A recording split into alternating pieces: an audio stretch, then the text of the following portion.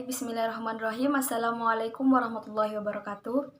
Yang terhormat dosen pengampu Mr. Farhin MPD dan yang terhormat teman-teman PAI semester 5. Baik teman-teman, di sini kami akan menjelaskan materi kami yaitu kepala sekolah sebagai administrator dan supervisor. Pertama yaitu bahwasannya kepala sekolah pada zaman dahulu dan sekarang itu tugasnya itu berbeda begitu. Nah, kita lihat pada zaman dahulu tugas kepala sekolah di mana di masa penjajah Belanda tidak seluas dan tidak seberat tugas kepala sekolah di masa sekarang. Pada masa itu kepala sekolah lebih merupakan kepala yang bertindak mengawasi anak buahnya. Jadi waktu itu kepala sekolah hanya mengawasi mengawasi guru-guru, mengawasi guru-guru dalam menjalankan tugasnya. Dan di masa sekarang itu tanggung jawab kepala sekolah sudah berbeda. Bahwasanya kepala sekolah sekarang itu ikut bekerja sama untuk memantau persoalan-persoalan yang ada di sekolah tersebut.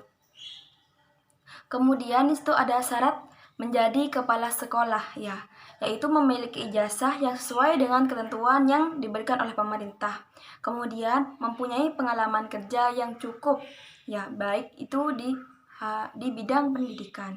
Kemudian memiliki kepribadian yang baik, terutama di sikapnya Karena kepala sekolah itu tugasnya itu besar, banyak yang di atas tanggungannya, baik itu guru-guru maupun murid-muridnya. Jadi kepala sekolah itu harus memiliki sikap yang benar-benar bijaksana, adil, sabar, dan kompeten seperti itu.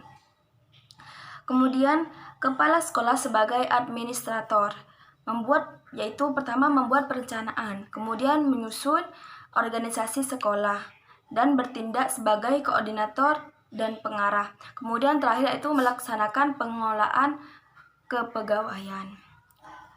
Selanjutnya yaitu fungsi-fungsi pokok operasional sekolah. Nah, ini menurut M. Haris di dalam bukunya bahwasanya fungsi pokok operasional sekolah yaitu fungsi manajemen, fungsi administrasi umum, fungsi pengawasan dan supervisi, kemudian fungsi pengajaran, dan yang terakhir yaitu fungsi pelayanan khusus. Baik, mungkin cukup itu penjelasan dari saya. Selanjutnya akan dijelaskan oleh teman kami yaitu Tantia Devi. Mohon dipersilakan. Baik, assalamualaikum warahmatullahi wabarakatuh. Di sini saya Tantia Devi.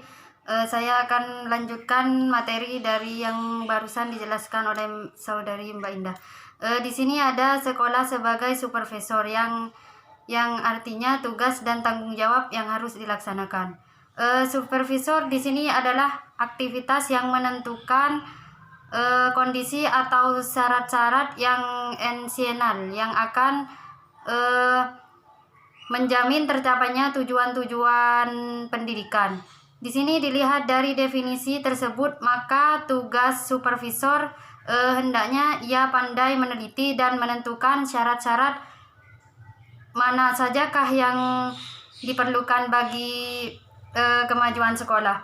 Di sini ada prinsip-prinsip dan faktor yang mempengaruhinya. Yang pertama yaitu supervisi hendaknya bersifat konstruktif dan kreatif.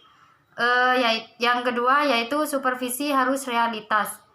Yang ketiga, supervisi harus memperhitungkan kesanggupan. Yang keempat, supervisi harus sederhana dan informal. Yang terakhir di sini supervisi harus didasarkan atas hubungan profesional. Baik, di sini ada fungsi kepala sekolah sebagai supervisor pengajaran, yaitu membuktikan dan memangsang guru-guru dan pegawai sekolah dalam menjalankan tugasnya, seperti itu.